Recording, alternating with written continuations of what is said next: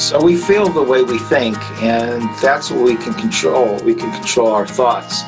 And if we have crappy thoughts, we could substitute positive thoughts for those crappy thoughts and ultimately feel better. We have to believe the positive thoughts 100%. While the holidays unfold differently this year, different doesn't have to mean bad or losing the holiday as a whole. Dr. Jerry Cerrone, a clinical psychologist with Laurel Behavioral Health, shares some tips for making the most of an unusual holiday season by getting creative, looking for the good in difficult situations, and allowing space for your thoughts and feelings. Welcome to the broadcast, Dr. Cerrone. Good morning. Good morning. Well, this year has been especially challenging for so many of us, and I would think most of us. If we're feeling worn down, frustrated, worried, or sad, what should we do?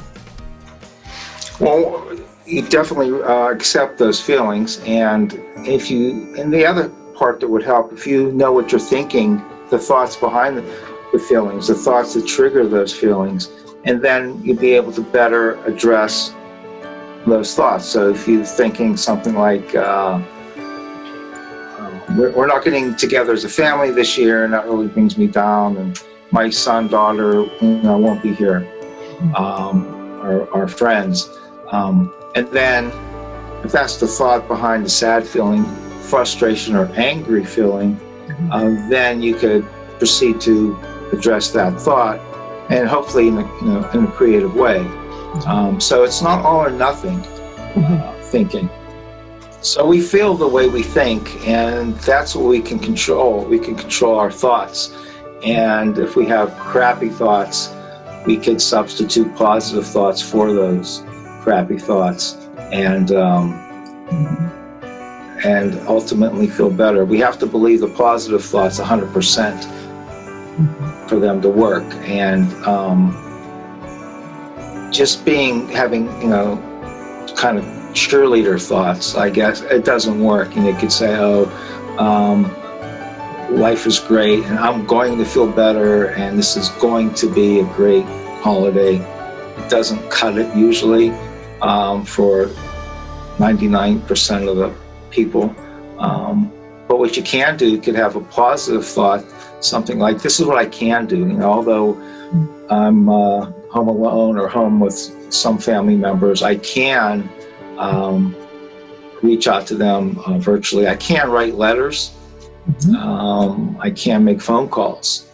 And those thoughts are positive, and they could crush and smash the negative thoughts.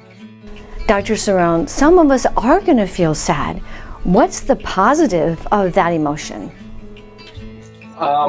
What sadness says good about people is that they care about others, for example, during the holiday season. And a small percentage of sadness is good. It shows that besides caring, it shows that the person could have high standards. They want to make things better for themselves and for their family members, and to celebrate Christmas or Hanukkah or Kwanzaa, whatever holiday they're celebrating. And sadness, the other good trait is it gives you a time for self-introspection sometimes. And you look about and think about what is important in your life. So these are just 3 or 4 good aspects of being sad, what it says good about people.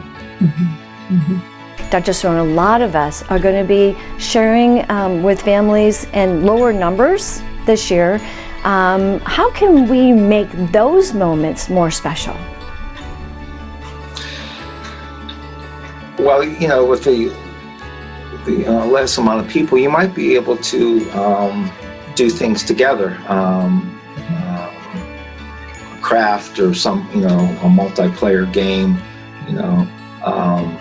something everybody has interest in doing, of course, and to incorporate that and, start a new tradition. Maybe you're going to play a certain board game or something, or everybody's going to bake cookies, or people, the other part is people are starting to try something they haven't tried before, and maybe always wanted to. So you have 3, 4, or 5 people in the household. What can you do together? And it doesn't mean you have to stay in the household, right? You could decide.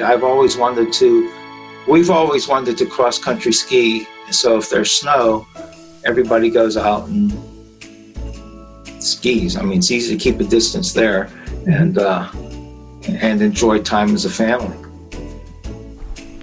Well, thank you so much, because I know for most of us, we're trying to figure out how we can make this season special and memorial in a good way. Looking back at this year, right? We want to bring things along with us that are encouraging. So thank you, Dr. Cerrone. You're welcome.